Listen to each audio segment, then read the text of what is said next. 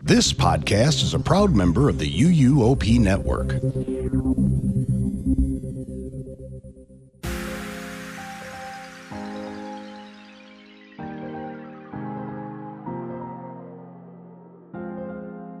This is episode 645 of the unofficial Universal Orlando podcast for January 14th, 2025.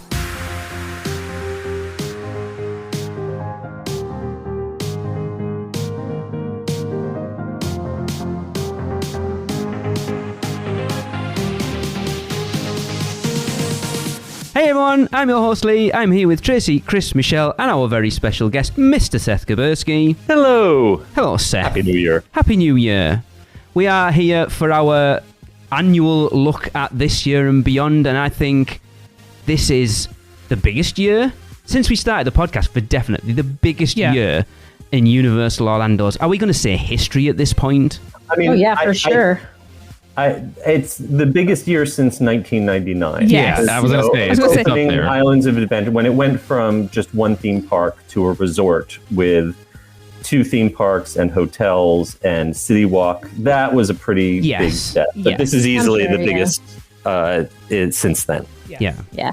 So before we get into the full discussion, of course, UUOP is brought to you by the Producers Club. Join today and get bonus episodes, chance to be guest host, be part of our awesome Facebook community, and more. Head over to uuop.supercast.com to subscribe. Shameless plug. There we go. It would be remiss to get that in. So the first thing I kind of wanted to ask everybody at this point is take a look back at 2024 a little bit and ask, what do we think?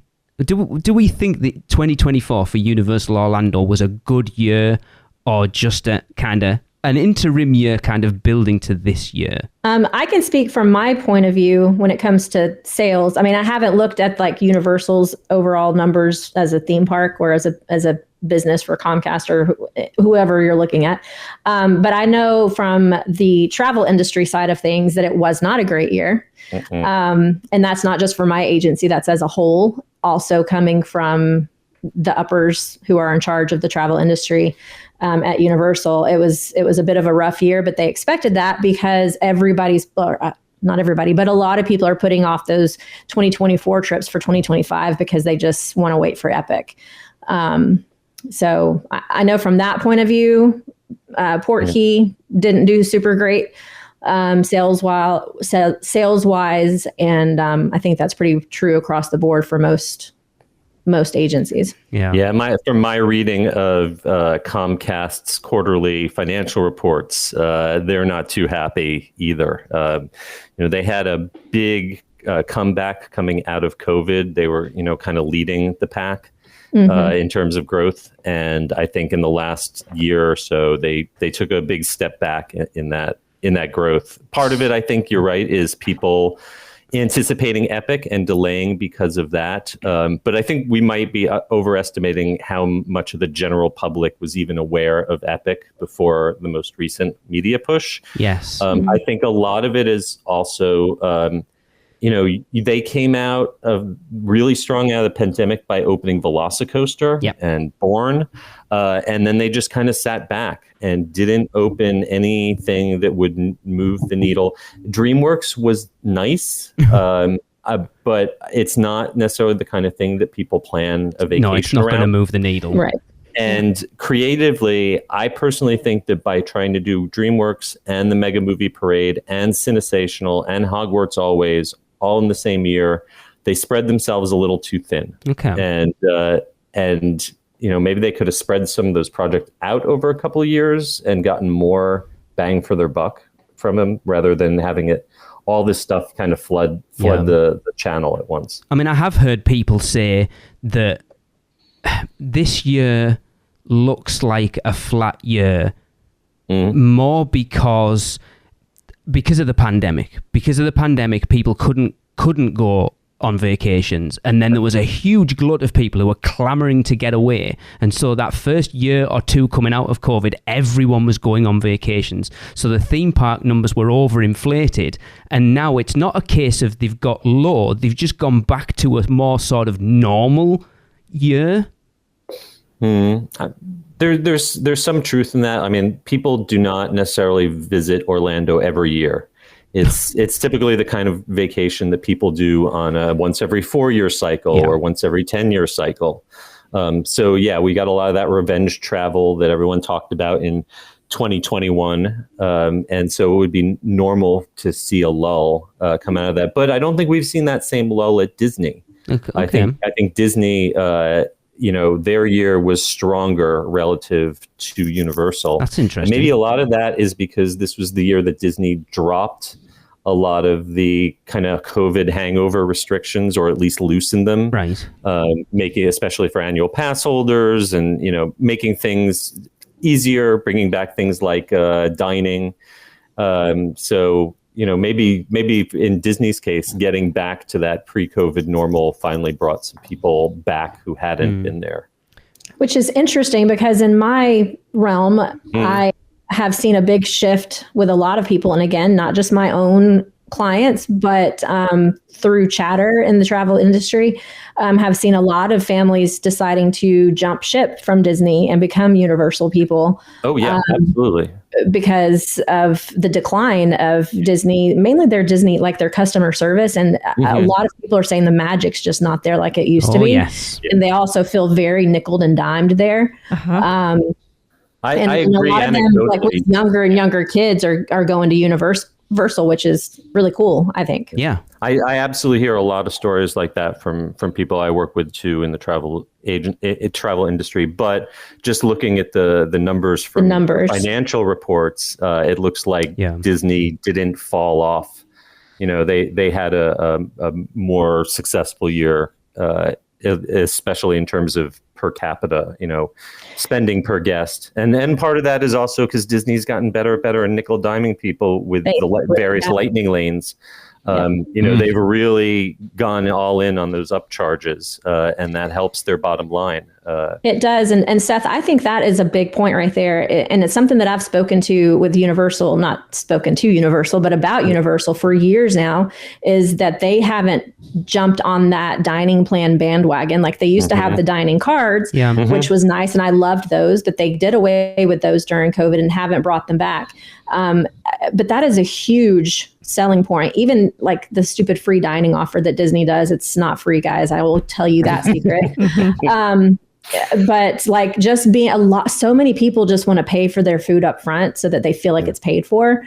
And offering those dining plans is huge. And sometimes, depending on the number of people in the family, sometimes that can double the price of the package. Just adding that dining package. And why Universal doesn't do it? People don't realize they don't get the discounts that they're Universal has just now very recently added a new dining plan or a dining offer. Okay. It covers select times, and you can get up to $1,000 gift card. Oh, yes. It's good on restaurants there, which I think in a way, like, I know some people like the idea that it's all paid for, but then you wind up in this thing where I've got to pick the entree that's worth the most, so I'm getting my money's worth, so I'm not losing money on each meal.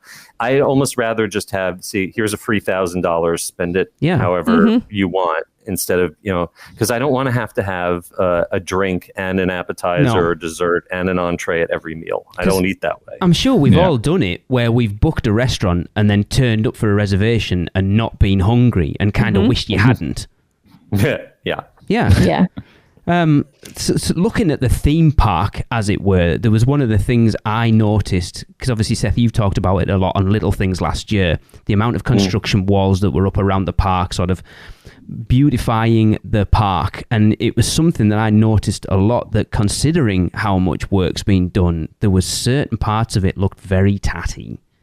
And it worries me, and I've said this on the show for quite a while now, that people who don't visit Universal or haven't visited for a long time, that are going to come for Epic Universe this year and have been kind of strong-armed into buying those tickets with like 2 days at Islands and Studios, or 3 or 5 or whatever they might be, with the 1 day at Epic, going to go to Epic Universe and see this brand new state-of-the-art, top-of-the-line theme park, and then go to Islands and Studios and go, what the hell is this? Like the disparity between the two is going to be huge, and it does worry me that it'll put people off. Yeah, I mean, I have a lot of sympathy for the folks who are in the maintenance crews. It's a constant battle against the elements here in Florida. And, you can make something look beautiful today, and between the weather and the guests, it'll look like crud tomorrow. It'll look like, why hasn't anyone ever painted this? Well, we just did. Not just guests, but let's be clear. There. Are they different? You said it. I like to think I'm a guest and not an because I try to leave the park cleaner than it was when I went in. Leave only footprints, take only photographs. Yes. Unfortunately, a lot of people don't have, this is, it was funny when I got to go out to Universal Japan and got to see their Super Nintendo World, and in the Mario Kart queue, the model of the whole ride is just sitting out there in the open for people to look at. But in Hollywood, it's literally underneath a steel cage, chicken wire to protect it. It's like, here in America, in our theme parks, we can't have nice things. So no. I do think that there was probably, over COVID and everything, there's years of delayed maintenance that built up. But they've also, for everything that looks tatty, I also look at something like E.T. Yes. They could easily have let E.T. to rot. True. And it got a refurbishment this year where I think it's looking better than it has in 20 years. So, for everything that I can point to that's broken, there's something else that I think that they've done some good work with. And honestly, like compared to how rough a lot of stuff at Disney is going to look over, anyone going to Magic Kingdom over the next couple of years is going to see nothing but construction walls and things that are broken. So, yeah, interesting. So, looking at this year, obviously, like we've already talked about, Epic Universe is the big thing, and it's the focus on, it's going to be our focus for the next 5 months leading to that opening. It's going to be massive.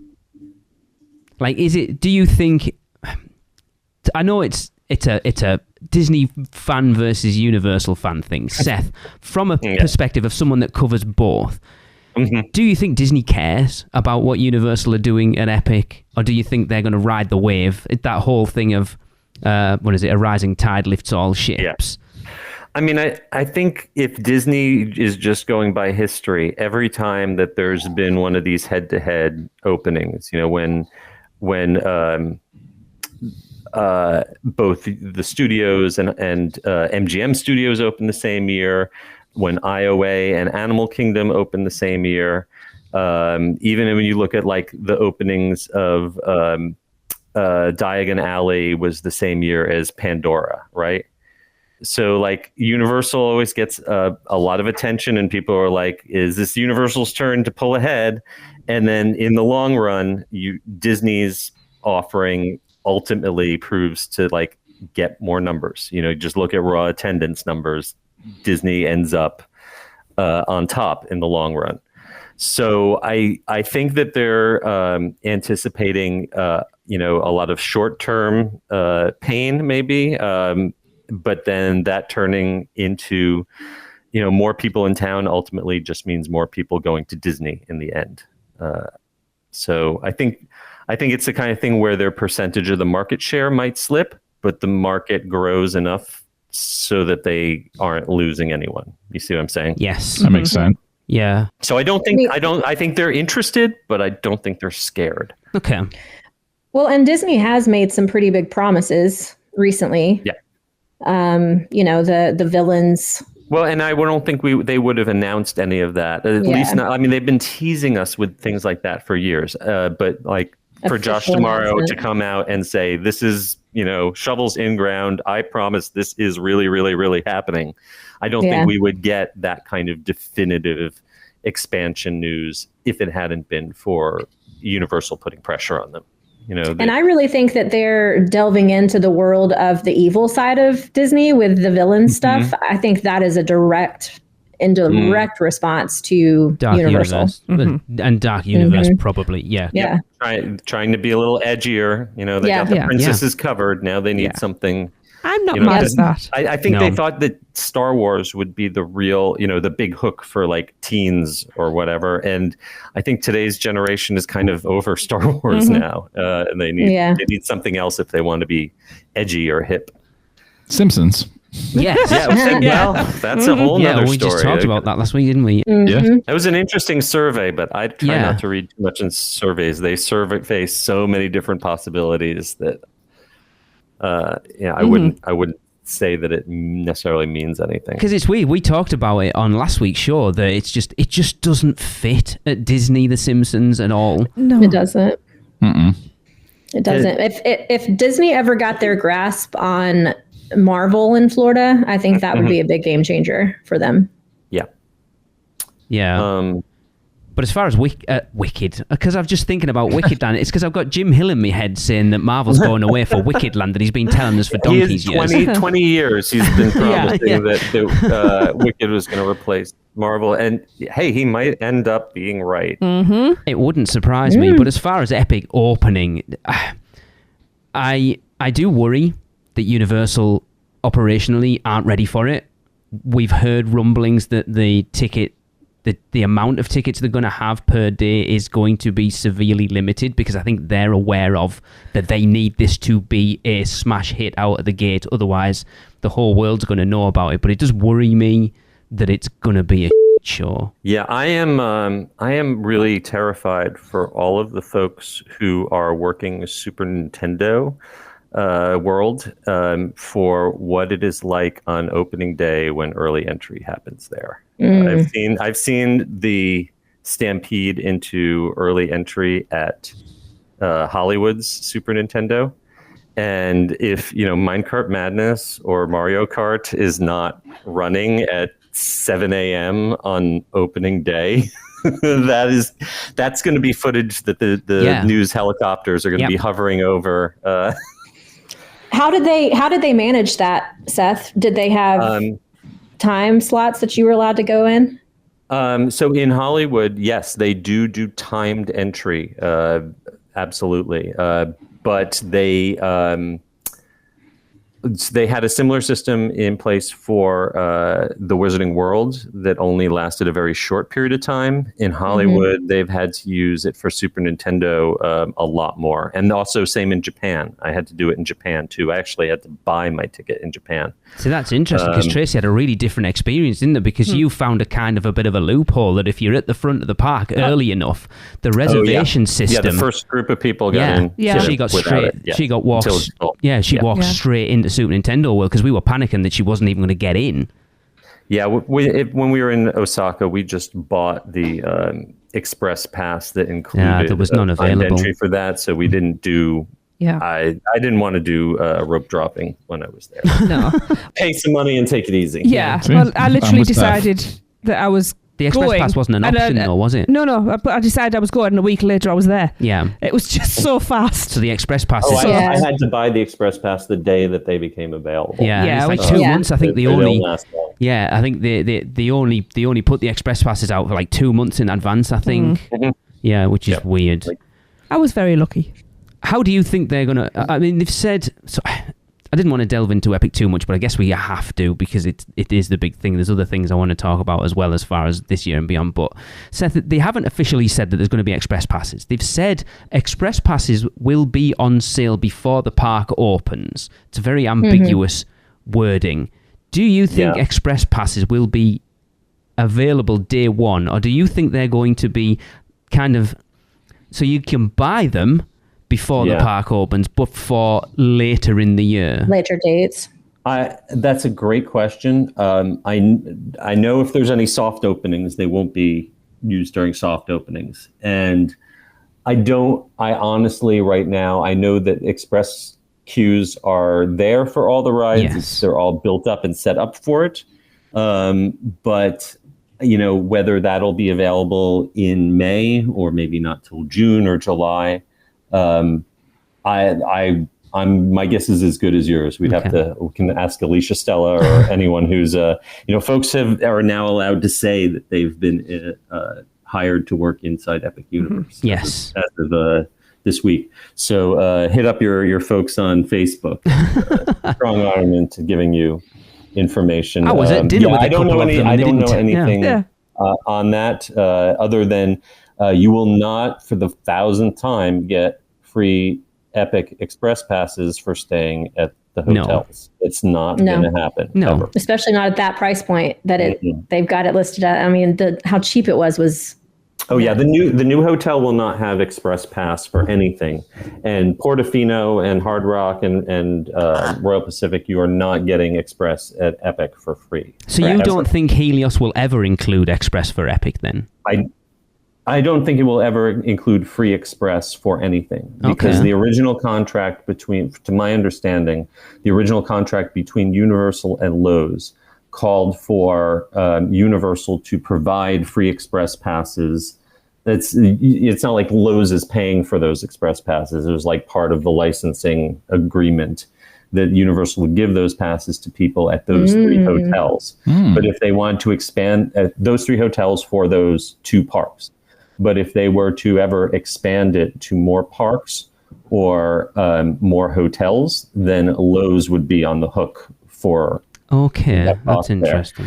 And Lowe's is not going to be giving. No, Lowe's won't even give us free parking, so they're definitely not going to give us express passes. So It's just a annoying. weird, like the optics on that's weird because your Helios is like your creme de la creme, ultra amazing hotels. Like, sorry, we don't have express passes. I got to tell you, I mean, it's a pretty hotel and it's got a great location. But if you're just going by amenities or the room size, it's not. I don't think it's as good a hotel as the original 3 premium hotels. It doesn't, like, look at the pool. Just look at the size of the pool versus the number of hotel rooms, and no water slide, no lazy river. It's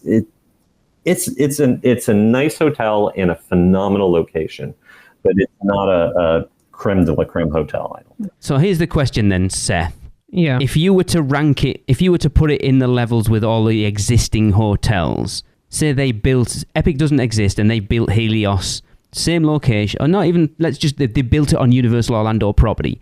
Where in those levels do you think it sits as far as like the existing ones? Like down with Sapphire then?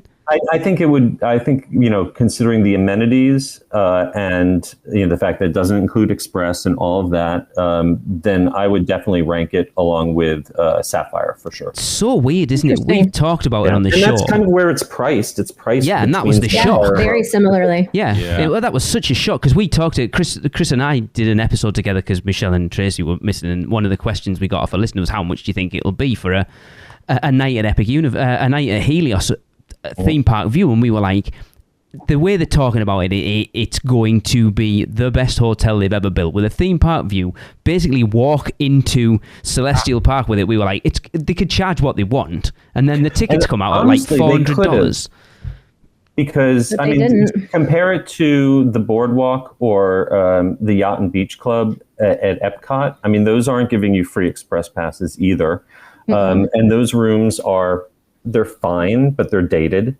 Those both have nicer pools, but other than that, I would say that Helios is definitely on the same level as those for a lot less money. Interesting. And I was comparing it, Seth, to Grand Californian at Disneyland because it has that dedicated entrance. In terms of location and everything, I mean, California Adventure, and I mean, this was nowhere near that price. Yeah. Oh no. It's like less than half the price. Bizarre. Yeah. We paid more. We paid more for a night at Portofino Bay in 2022 than the average night at Helios is. Yeah. Crazy. Sure. Yep. Very strange. But I mean, as far as like taking all logistics out of it, I am hoping I'm that curious to see, based on how it sells, if those prices start going up. Yes. I imagine that if they are consistently selling out, we're going to see those rates increase. Yeah. Probably. But just looking at Epic as a park opening up, super excited. It's interesting. We were having some conversations with some friends of ours, and I was surprised that Potter and Super Nintendo World were like the two, apparently, guest surveys. They're the ones that people are most excited about. And I was surprised about Super Nintendo. I mean, you kind of said it there, even though it's the weird one for me because it's the anomaly at Epic Universe because it exists elsewhere. Oh, yes. But you've got to understand, Partially. very, very few True. people are going out Hollywood, Universal Hollywood, as lovely as it is a relatively underattended theme park compared to all the others we talk about. And no one is from America is going to Japan except theme park nuts like us. Mm-hmm. So, for most people, it is brand new. And Mario is like the most recognizable brand on the planet. He's a more recognizable character than Mickey Mouse for most people on Earth. So suck it, Mickey.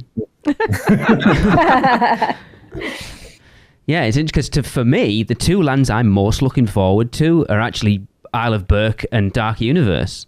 The Isle of Berk wasn't on my radar. Like, I love those movies, and I thought it'd be cool. But then seeing the videos and all the concept art and actually see it being built, it looks I told you you're wrong. So excited. It looks super cool. Not for the first time. Exactly. Used to it now. I mean, Dark Universe, like, if you talk to proper theme park fans, that's the one they're most excited about. Because I think that's doing something that no other theme park's really done before on a daily basis. You get the seasonal events like Halloween Horror Nights and Not Scary Farm that do it for a small time of year, but to actually have effectively a year-round Halloween Horror Night area, yeah. I don't know how much the HHN junkies should anticipate it being like a giant scare zone all the time. I'm sure there's going to be some spookiness. You're going to smell the fog, but it's also, this park is very much meant for families, and they don't want to exclude anyone from a whole land of the park because by making it too scary. So I think all that's going to kind of be in moderation. I'd love to be wrong. I'd love to be like have a daylight version and then really crank up the entertainment and the lighting and everything at night and be like, all right, after 8 p.m. no one under 13 allowed into Dark Universe. But I would pay extra for an after hours event like that. Yeah, I think that's why they smartly, very wisely put that wolf, what's it called? Roller coaster? The Curse of the Wolf. Curse of the Werewolf. Yeah, because that's a family coaster. So obviously something that has a low height requirement to bring those kids in to say, hey, there's a cool ride in here that everybody can ride, thinking that once they get in there, they'll see it's not so bad. So that was pretty smart of them to do that. But I have heard from the Discover Universal podcast that the other ride there is actually a little bit scary, which is cool. Yeah, they're threatening that it's the scariest ride that Universal has ever made. So I don't know if they mean physically scary so much as psychologically and visually scary. Yeah. Though I don't know, a lot of people find Forbidden Journey pretty terrifying. My kids can vouch for that. Conversations, people like every few months, someone will post on a Facebook group, does Harry Potter and the Forbidden Journey go upside down? Yeah, I saw one the other day. Universal is like saying, no, you really never go upside down. People insist that they are completely inverted. So it messes with their brains. And that's what I'm looking for. I'm looking forward to this new ride messing with my brain. We had a whole conversation about 10 years ago about Forbidden Journey not tipping you upside down. And I actually saw a post the other day, funnily enough, as someone asking that, and it's like, no, it doesn't go. There was a poll in one of the pass holder groups or something. Does it go upside down? Does it not go upside down? Does it make you feel like you're upside down? And I was like, I had to click. It does not go upside down about 30,000 times. It goes at least upside down enough that if you're stuck in that position at the peak, right where you think you're upside down, your shoulders do slide down and touch the tops of the seat. I can attest to that because I got stuck there for about 5 minutes. I will go back to what Eric from Mice Chat used to say to us. Your hips are never higher than your head. No, not that. No. But I will. But again, my shoulders were sitting on. Your knees are, what happens is your knees go above your head and the gravity pushes against your thighs and kind of shoves your body back. It technically you are level, but because no one ever lies on their back with their knees straight up. No, it makes it feel like you're tipped back. So bizarre. I mean, to be fair, for it's Monsters, physics, folks. For Monsters Unchained to be the scariest ride that Universal have ever done, I mean, it's Fast and Furious is going to take some beating. They said scariest, not stupidest. Look, I said it last week. Seth, I need to say don't this to double you, down on this. I don't give a right. We rode it when we were out in December for the first time in quite a while. I didn't mind it. I actually quite enjoyed it. Again, it's not that bad. Don't make people question their Please be sanity. sectioned.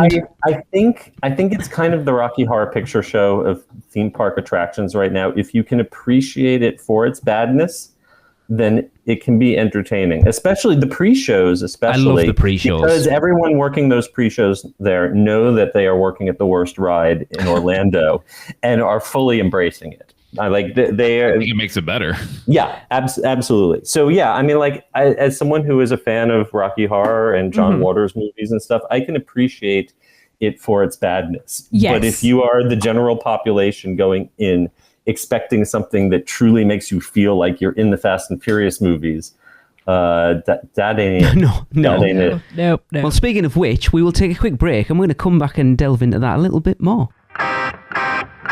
I wish to go to Walt Disney World. When you wish upon a star. The cliff doors creak and the tombstones quake. Please stand clear of the doors. Por favor, manténganse alejado de las puertas. Where can our vacation wizards take you? Just tap the port key at portkeyvacations.com and let the magic begin. Welcome back, everyone. We are here with Seth talking about 2025 and beyond. I'm going to go back to Fast and Furious because I've heard many rumours that it's not long for the world. Like, someone reached out to me... From your lips to God's ears, so, please. Someone reached out to me last year and told me it was closing last year. Which obviously it didn't. That might have been wishful thinking. I mean, I think that they have to milk this thing until they can get something else to talk about to replace it. And I would not be surprised whether or not this new roller coaster that's replacing Rip Ride Rocket is Fast and Furious themed or not. Opening that could be a good excuse to quietly close Fast and Furious. Like, look over here at the new shiny thing. Don't pay attention to that closed right over there. I mean, it was quite busy when we rode it, to be fair. And then looking at it was over the holidays, I guess, but I've seen it with wait times up to 45 minutes. Wow. Oh, poor people. Yes, but when you're talking about Hagrid has 180 minutes, yeah, right. 45 minutes. I mean, Cat in the Hat had 45 minutes. Wait, so I will say I was over there on the day before New Year's, the day before New Year's Eve. The busiest I've ever seen the park, and they still shut it down at 7 p.m. With the park staying open till 11. So yeah, they don't seem to have much faith in it as a people eater. See, that's what really worries me about Minion Blast as well, because I like that attraction and it never has a long wait. No. Even at the front of the park, it's never busy. It's crazy that you see people, they will look and see a huge long line for Despicable Me Minion Mayhem. Yeah. Look just across the street and see it's half the wait to just walk into Minion Blast, and they'll still choose to get in line for Minion Mayhem. It's weird. I don't get it. It's very strange. But I've heard that there's fixes coming to that at some point soon, because they still had some issues with, I think they've had issues with the start. I mean, Tracy, you said when we rode it, I mean, road's a loose term, isn't it? When we did it back in December, like Tracy's pointing a gun like to the far left of the screen and her target's on the far right. That's it was just like, A lot of the guns have alignment problems. They need some way of reliably testing the guns, and other than giving them to a guest, and then like if the guest says this gun doesn't work, they're like, oh well. It really, I mean, like, they need a whole bunch of new GPUs and maybe new fans or something, because I can't stand it. It's okay if no one else is on the ride, but as soon as you get a full line of people, it just drops frames when people certain scenes where like things are exploding. The disco scene is awful. It goes down to like 2 frames per second. And that said, it got better from opening, because at opening it was terrible. It got better, but it never got good. Yeah, not good for sure. Yeah, it's strange why. I don't understand, because the average guest isn't like us. They don't know the ins and outs of every attraction. So it's funny that you say, Seth, that people are looking and going 45 minutes for that, 10 minutes for that. Oh, let's go and join the 45. They just sort of instinctively it's know. Weird. That, I don't understand. It must be a psychological thing that they see a longer wait time and think that must be the better attraction. Yeah, worth the wait over that. Yeah. I mean, going on to Rip Ride Rockit, I think the writing was on the wall for that when they dropped the main music library for it. Yes. Yeah, I'm surprised they didn't just go to public domain. Yeah. It's clips like YouTube gives you free music that you just put in the background. Surprised they didn't just go to one of those. But I mean, it's been a bone of contention for a long time, that coaster. And I like it. I rode it when we were over in December. We have been desperately trying to get Michelle on it for years. She will not have it, but we're trying to get her on it before it closes. And last week you did say you need to decide. So you were open the fact that you said, I need to decide what it would take me to get on it. True. What kind of bribery? Oxycontin, a lot of THC gummies, maybe a Xanax and like 2 Long Islands. Yes. Yeah. No, Xanax will definitely not do it. Chloroform. I don't know. Chloroform. There you go. Yeah. Well, but it's kind of like, drunk drivers never seem to get hurt in the accidents they cause. I think if you went on that totally lubricated, that maybe you wouldn't break your neck. I love that. I'm definitely not going to get on there like a ragdoll, and maybe you won't get hurt. I don't know. I might get on there inebriated, but not lubricated, because lubrication would definitely cause me to slip out of that seat on the lift hill, and that is my biggest fear. So. I don't. People sliding right out. People complain how rough it is. I didn't think it was rough. I was surprised because I haven't ridden it since 2015. A lot of it depends on which train you get. There are some trains that are almost okay, and there are some that should be banned by the Geneva Convention. Wow. And sometimes you'll get one that will shuffle. It's the side to side that gets me. It's not like up and down bumpiness. It's side to side shuffling that kind of goes right to my spinal column. Okay. That makes a lot of sense, because I honestly thought it was pretty smooth. Yeah. I found it all right. I was surprised because I was expecting it to throw me around. I rode Hulk for the first time in ages on this trip, and that knocked me about more than Rip Ride Rockit did. I mean, obviously, you go upside down. Even when you get a train that's smooth, it just doesn't flow. It's so stop and start. It's like you do a little maneuver, and then you hit a trim brake, and then another maneuver. And so it's never a satisfying the pacing of it. I don't know. I'm not going to miss it. But I mean, obviously, the rumor going around is we'll get some sort of. You've already kind of said it there. The Fast and Furious coaster that's going into Hollywood. Well, the Intamin launch coaster design does look like, judging by the permit applications and filings and things, and it looks like it's going to be the similar model, at least the track wise. But I don't know anything if it's going to have those kind of spinning cars or a Fast and Furious theme. I will say that if you look at those permits that Alicia dug up, it looks like they are going to be building some kind of structure exactly where the Ghostbusters firehouse is right now that the ride goes through. Right now, that's just extended queue for Fallon that's hardly ever used. So I hope that them putting that structure there, if it's part of the ride, means that Ghostbusters is part of the ride and not that they're just replacing and tearing down the Ghostbusters firehouse. I wonder if that's why, because I have seen rumors of people saying, is it going to be something Ghostbusters themed? So maybe that's where that's come from then. I mean, if Frozen Empire had actually done well, I would say that would be a slam dunk. I don't really know what their the future of the Ghostbusters franchise is now, but I mean, with the parade and everything, they still seem to have faith in Ghostbusters as a brand. So they seemed to do really well at Horror Nights last year. Yeah. And people go crazy during the Cinesational every time the Ghostbusters comes up. Yeah. So there's still got fans out there, even if the last movie was a little disappointing. I didn't mind it. I quite enjoyed it. I enjoyed the Ghostbusters bit in Cinesational because it was a throwback to Marathon of Mayhem from 2019, and I wanted it to be that so badly. Speaking of Horror Nights, we've got to talk this one. So because of we don't know whether it's because of Rip Ride Rockit, but all the permits have been filed at this point, and they said they're using soundstage. Is it 25, the big one that they used for Stranger Things back in? I believe that's the mega house, the one for the double-sided houses, and it looks like that is on the permits this year. But then I've also seen, I can't remember who it was. I think it was Fear and Beer Pod on Instagram were talking about permits that have been filed for 2 other locations but aren't on the 10.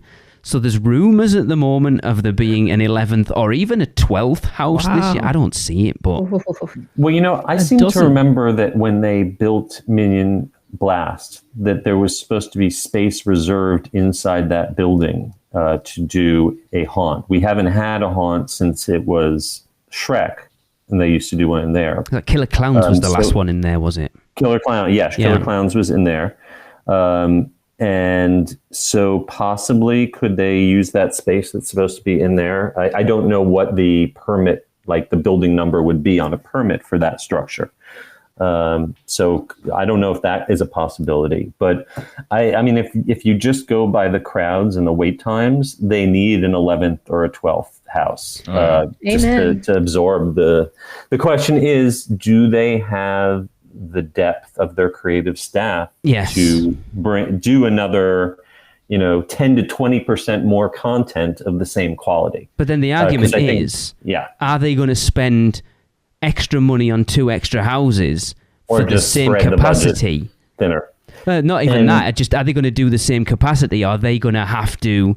So we've spent X amount of dollars building 2 new houses. We need to see a return on investment. So they're not going to spread the guests out through 12 houses. They're going to raise the amount of tickets they're selling and do it. Do you know what I mean?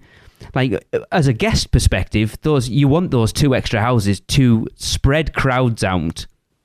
Right. So it's not as busy, but I don't think Universal will. Yeah, I think they will. I don't think... Which even if 2 houses are added in there, personally, from all the years I've been going, it just, even the streets feel overcrowded. It's not enjoyable at that point. I think it's going to take people talking with their dollars. There's a certain limit of just how many people you can process through the gates, how many people that you can physically hold in the streets. 100%, yeah. Adding 2 extra houses doesn't linearly increase that number. But I think that adding 2 extra houses gives them the opportunity to sell even more express passes. True. And increase that express pass price, because that's where the cash is, right? That's where the real money is. And increase the number of, I heard from someone that there were some nights where they were doing up to 45 or almost 50 VIP tours a night during Halloween. And I think they're kind of limited almost by the fact that the VIP tours are now bumping into each other during Halloween. And that's weird. So an extra 2 houses would let them sell more of those too. That's strange, because we got told by a friend of ours that they were told that they weren't expected to do as many RIP tours last year as normal. Because I've been told by people I know that the budget for last year and this year has been slashed quite considerably for Horror Nights, which for last year explains why we had that 60-40 original versus IP. And I know we didn't get there last year, but I heard a lot of people say it felt weird as an event last year. I think you've said it as well, Seth. It was not my favorite year personally. I only went 1 year, and part of it was coming straight back from Japan and seeing Universal in Japan, and then seeing the Orlando version. I was a little disappointed in what Orlando did this year. But it's like when you've been going to something for 30 years, it's kind of hard to judge. Is this better than this, but worse than that? There's ups and downs. It happens. For me, it was just the crowds. It just feels like it's gotten almost, it's getting close to unenjoyable, even with express passes or an RIP tour. Well, I always, I haven't had an RIP tour in a long time. I don't buy the express passes. I just use my free ticket that comes with the Premier annual pass, and I pick one night. And I try to make sure that I do every house and every show in one night. And in most years, I can, by doing early entry, stay and screen, most years I've been able to knock all that out by 9 or 10 o'clock at night. And this year was the first time that I had to stay until the absolute closing, just to squeeze in one trip through every house. Because the year before, it must have been later as well, because me and our oldest met up with you, didn't we, after watching Nightmare Fuel, and then we went and did, I want to say, Dead Man's Pier together. Oh yeah, I think that was last year. I think someone gave me a comp ticket to come back on another night. I think that might have been the night that I met up with you. Yeah. I'm not sure. But yeah, each year I make sure I do, because I as media, I used to get invited to the RIP tours, and people, the media always rave about how great everything is because they don't know what it's like to be there as an actual guest. Yeah. So I try to make sure I do it one year at As a one night guest. every year where I'm, not using any of the perks or the upcharges other than Stay and Scream. And it's not fun. It's not fun. And part of it was Stay and Scream has become a victim of its own success. Yes. We were talking about this. The New York area. It's pointless. Tracy and It was actually really an unpleasant experience this year, having to stand in an unshaded queue in it was brutally hot, and then it started raining on us, and then it was brutally hot again for almost 3 hours, from 3:30 p.m. until, because the house barely, just opened, so over 2 hours just to have a slightly shorter wait time for the first house, and then everything else was still busy by the time I got out of the very first house. So, if you're standing there for 3 hours, I watched the it's person not a pass shorter out. wait time. No. Person Tracy, passed out right in front of me. Yeah. And Wow. Tracy and I talked about, because we're potentially coming out for Horror Nights this year, and so we're hopefully coming out for May and then coming out in October or whatever. Probably October, yeah. And not doing what we normally do, because we'll be out in May, is just kind of focusing the vast majority of the trip on Horror Nights and trying to plan that out so we're not... Michelle, you always complain that me and Tracy are always like, we'll do a park day plus Horror Nights, and you just can't do it anymore, and we can't. No, I'm far too old now. And so trying to plan that out, and I said, I don't think Stay and Scream is worth it anymore, and I've always sworn by Stay and Scream. I think you'd be better off getting there. I'll tell you what, one of the best nights we did at Horror Nights recently was the first night we came over with the kids in 2022, and we've been to SeaWorld for the day, so we ended up, we closed out SeaWorld, went back to the hotel, got changed, and I think we rocked up to studios at about 7 o'clock, and at the lines were busy, but we literally just walked into the event and then just went where we needed to go. And I just don't think Stay and Scream's worth it anymore. The RIP tours are just getting beyond they're getting too rich for my blood, that's for sure. I mean, Chris, we talked about it a lot as well. That last one we did was I think that's probably about our limit. Which they surpassed this year, because I was looking into doing one because I was only there for one day. And when we found out the price, I was like, absolutely not. It's just way too much. Yep.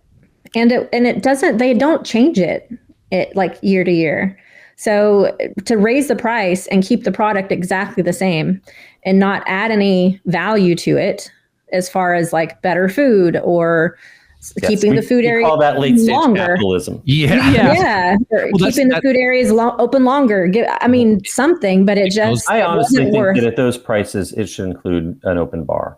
1,000. Yeah, it was not. It was not worth the money that I paid this last year. As somebody who likes to enjoy open bars, I still think it's very expensive. Even if you included the open bar, I'd still be like, I don't know about this. Going back to what I said a little earlier, right? These prices keep on going up. Like Michelle said, they're not offering anything extra. It's because they keep on doing it and people keep on buying it. Seth, you said that they maxed out their amount of RIP tours that are being sold. So they've raised the prices, given nothing extra, and are selling even more than before. Yep. It's only until they see less dollars being brought into a thing that they're going to go, okay, we have to rethink this. But for now, late stage capitalism, just jack it up. Well, listen, it's going to start happening. And I'm not saying it's, because we have this podcast and everybody listens to us, but my reviews weren't great this year for the RIP tour. I've said it on many episodes that I won't be purchasing that again. Yep. And I've got clients too this past year who forewent that for either the premium Scream or even a non-private tour. And we're glad that they did. They ended up happy that they saved money. So I think that they're going to start seeing that because people's reactions to this last year's weren't like, oh my God, RIP is the way to go. I would like to just speak up on behalf of my friends who are VIP and RIP tour guides. It's not their fault. It's not their fault. Not at all. Everyone still loves them. Yes, absolutely. No, it was not the guy's We're really fault good friends at all. with some of them as well. Yes. And we just talked to them recently, and it's out of their hands. Well, and even some of the things with the guides that we were in the past able to ask for, they had to like now ask permission to do, as opposed to just feeling like, yeah, sure, let's go, we can do that. You can see what they're putting in place now. You can see where the next phase of Horror Nights is going. As I said, Michelle, you went to Premium Scream. People had trepidation about it because they're like, is it going to be what they're at that price point of $350 plus tax? And they were guaranteeing, no waits, no crowds, the included food, and people were like, is it going to be that though? And the ones that took a punt on it had, Michelle, I quote, you said, the best night at Horror Nights you've ever had, right? And I said, you better enjoy it. I wish I had jumped on that. I was one of those skeptical people thinking they're basically charging admission to cast preview now. Yes. But here's the thing, Seth. That's an anomaly. It will not happen Never again. happen that I way. said that to Michelle. It will never happen again. Yeah. But it wouldn't surprise me now. People have talked about how do you make Horror Nights less busy? You go 7 days a week, right? I can see Horror Nights going, so Wednesday, Thursday, Friday, Saturday, Sunday is normally their night. I can see them doing Premium Scream Mondays, Tuesdays. So it'll go 7 days a week, but the Monday and the Tuesdays will be Premium Scream. I wouldn't be surprised if they went that way with it. If they're going to start losing money... Even if they just did 4, like a Monday and a Tuesday in September and a Monday and Tuesday in October. I could see them going every day with it. The only problem I see with that is staffing. That it is hard enough to fill the casts consistently with the number of nights that they have now. That's true. You get towards halfway through the event and people are dropping like flies. And with SeaWorld competing with you, plus you're going to have, your workforce over at Epic. It's the staffing of that. If they're not, especially if they're not going to raise people's salaries, it may be out in California where people are making $25 an hour, but they're not making $25 an hour to be a scare actor in Orlando. So I think it would be an HR nightmare to try to operate Halloween Horror Nights 7 nights a week for 2 straight months. Yeah, that's a very valid point. Yeah, even if they did a Premium Scream like they did the day before, and then did one like the night at the end, but that'd be cool. But I think we went backwards, right? That's not solving the problem, right? It's just adding more days that people are going to go to, maybe, but also use the weekends and other days. But what I was saying, busy. But if they're going to start dropping off on RIP tours, they'll go, right, RIP tours are obviously getting to a point where people can't afford it, or they're not prepared to pay that. Well, all right then, so we're going to give you an RIP tour, but even better, because you have even less people, plus you get more food included, because my biggest issue with the RIP tours is you don't get any Horror Nights food. You just get the same crap that you can get anywhere. Whereas the Premium Scream, Michelle, you had access to all the food booths around the park, is that right? Not just food booths. All the rest, it was HHN. Right. So I got everything included except alcohol. So if you don't want to deal with those crowds and you're not prepared to pay for an RIP tour, here's the product for you.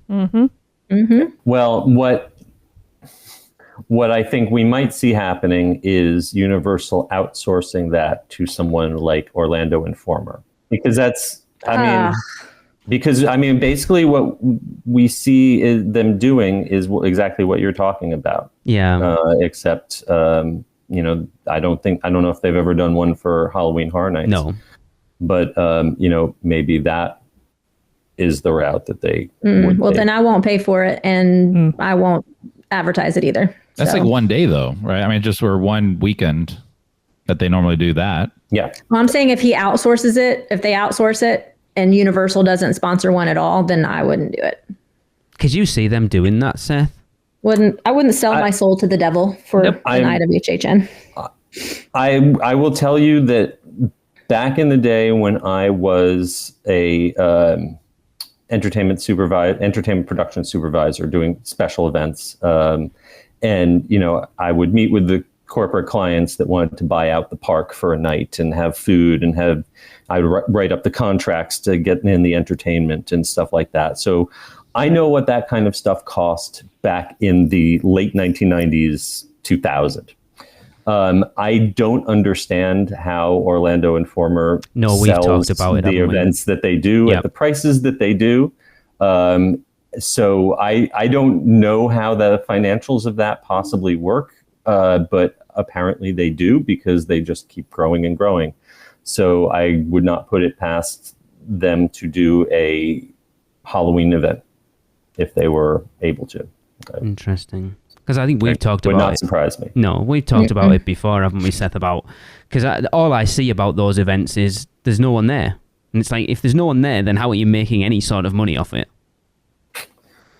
They've got to be selling enough tickets to cover their costs. To at least I don't. Maybe. I don't know. You're saying the numbers don't work, Seth. It's a weird thing. My math doesn't math. The numbers that I all know are 25 years out of date. I don't know how things work these days. But I know that if someone came to me back in 1999 and said, "Hey, we want to buy out both parks and have unlimited food and all this stuff, and we're going to only sell X number of tickets. What do you think?"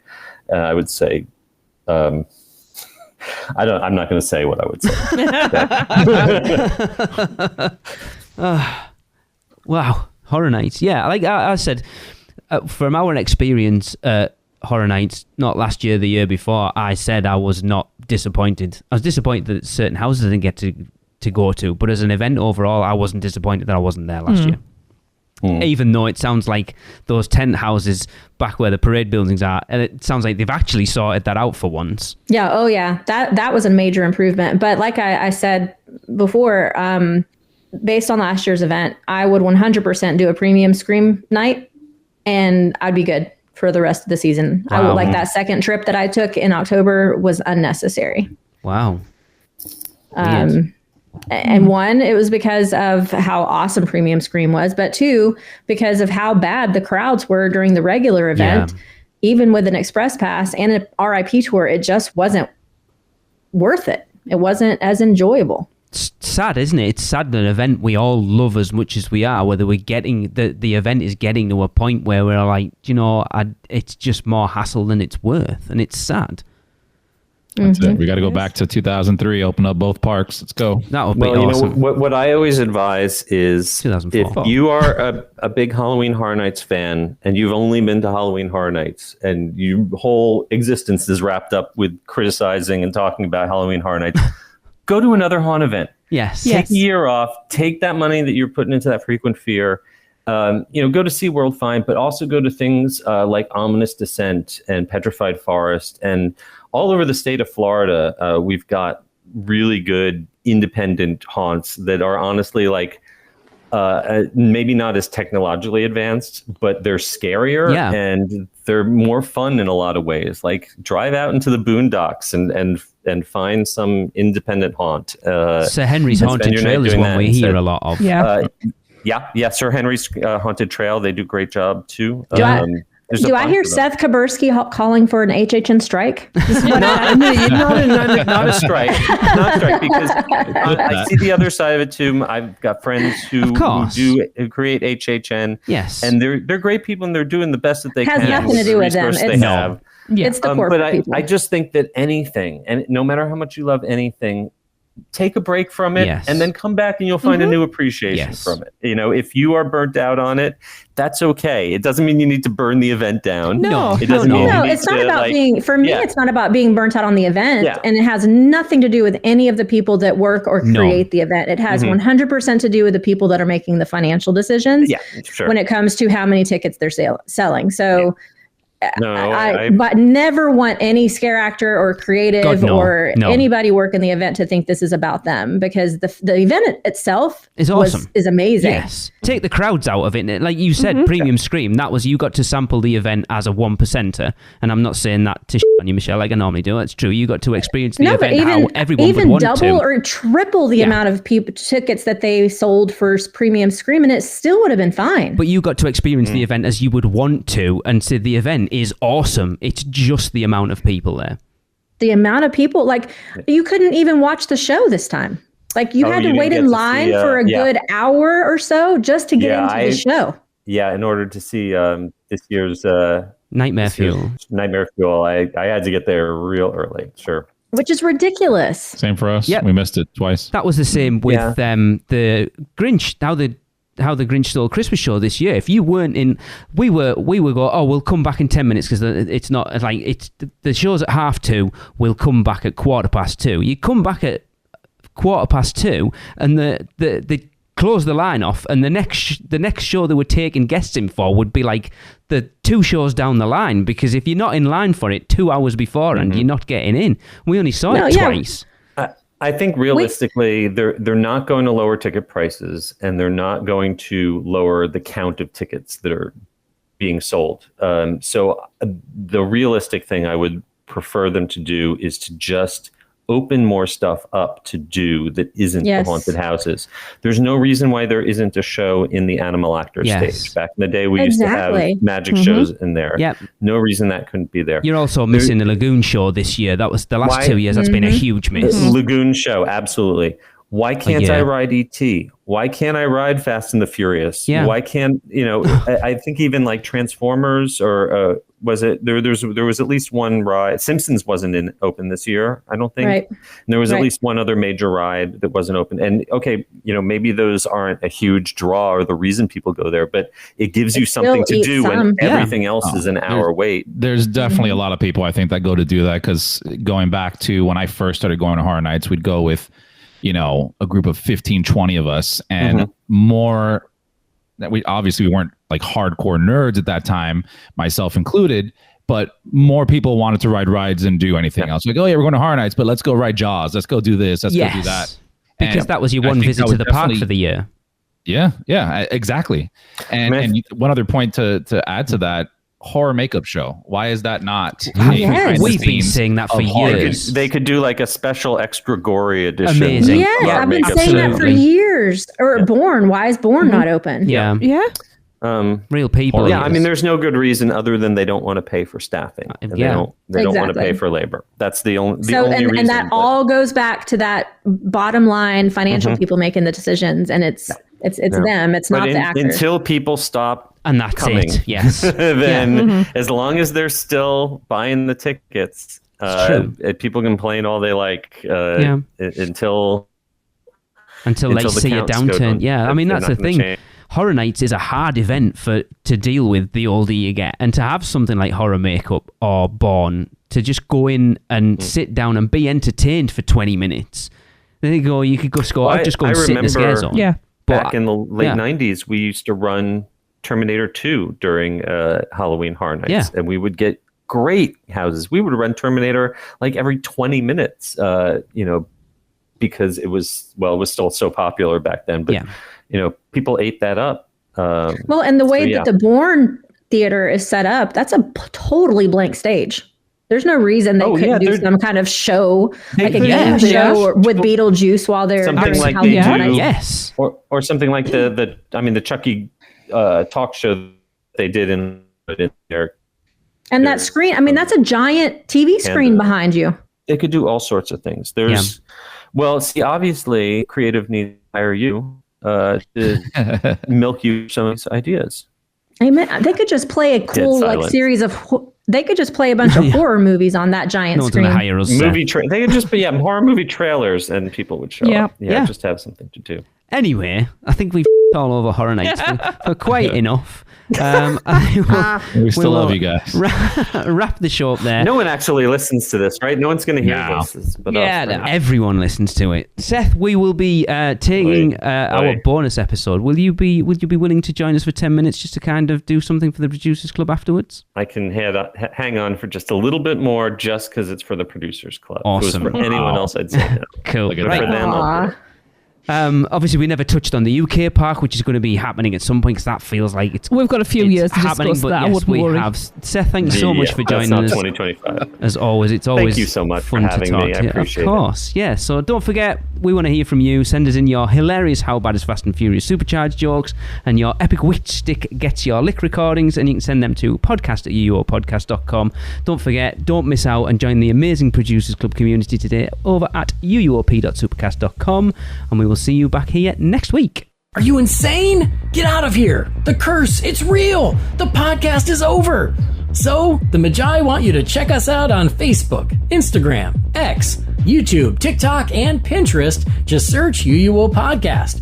For all the podcast news and articles, check out our blog at uuopodcast.com.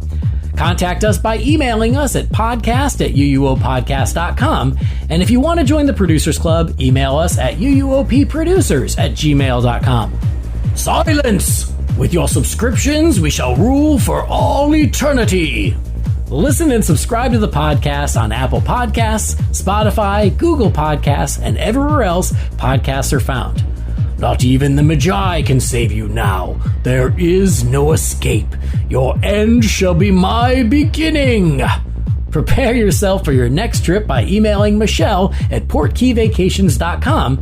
She can take care of all aspects of your next Universal Orlando vacation. We hope you enjoyed your podcast. Please remain seated and keep your arms and legs inside the prepare to forfeit your souls. Check out the other podcasts on the UUOP network. Rush of Fear, Halloween Horror Nights podcast, the theme park duo for all your West Coast news and info, the Taste of Universal, Universal Orlando Food podcast, and the newest podcast on the network, the Portkey Passport, our Disney-centric podcast. So hey, welcome back. Hope you enjoyed the podcast. I would have enjoyed this podcast a lot more if I had gotten my cup of coffee.